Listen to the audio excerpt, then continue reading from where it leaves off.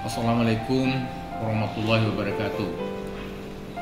Saya Kepala Kejaksaan Tinggi Aceh atas nama Dr. Andes Muhammad Yusuf SMH mengucapkan selamat Hari Keluarga Nasional ke-27 tahun 2020.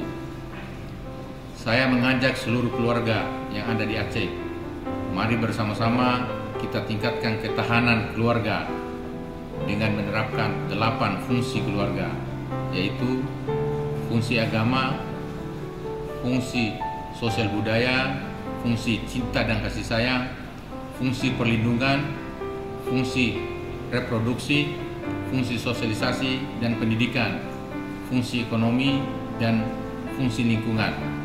Serta melalui momentum Harganas yang diperingati pada tanggal 29 Juni setiap tahunnya dan pada masa pandemi COVID-19 ini, saya mengajak seluruh keluarga dan masyarakat Aceh bersama-sama memutuskan mata rantai penyebaran virus corona yang dimulai dari keluarga kita masing-masing.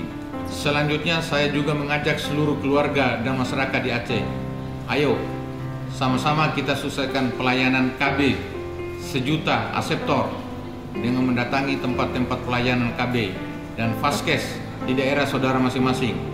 Dan jangan lupa tetap mengikuti ketentuan, jaga jarak, cuci tangan, dan pakai masker. BKKBN baru dengan cara baru, semangat baru hadir di dalam keluarga. BKKBN berencana itu keren.